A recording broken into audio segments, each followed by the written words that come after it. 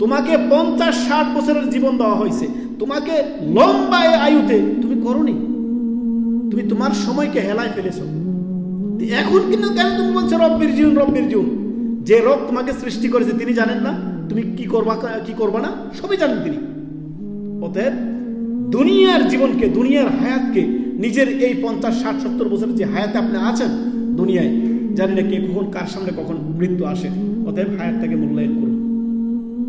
আপনি আমি কেউ বলতে পারবো না কে কখন মৃত্যুবরণ করবেন। যখন বলতে পারবেন না কখন আপনি মৃত্যুবরণ করবেন, তো কিসের জন্য আপনি অপেক্ষা করতেছেন? কেন আপনি তওবা করছেন না? কিসে আপনি তওবা বাধা দিচ্ছে? কেন আপনি 5 ওয়াক্ত নামাজ পড়ছেন না? কেন আপনি দান খায়রাত করছেন না? কেন আপনি সৎকর্ম করে এগিয়ে যাচ্ছেন না? কেন? এই কথাই আল্লাহ তাআলা এই আয়াতে তুলে ধরেছেন। হাত্তা ইযা জাআ আহাদুহুমুল মাউত, তার কাছে যখন মৃত্যুর ফেরেশতা পৌঁছাবে সে বলবে ক্বালা রাব্বির জিউন, আল্লাহ আমাকে ফিরিয়ে দেন। কি জন্য?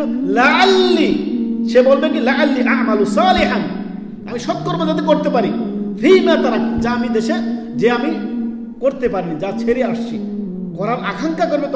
তখন আর সময় দেওয়া হবে না, সময় শেষ। অতএব দুনিয়ার জীবনকে মূল্যায়ন করুন ভাই, মেরে ভাই, দুনিয়ার জীবন হায়াতটাকে মূল্যায়ন করুন।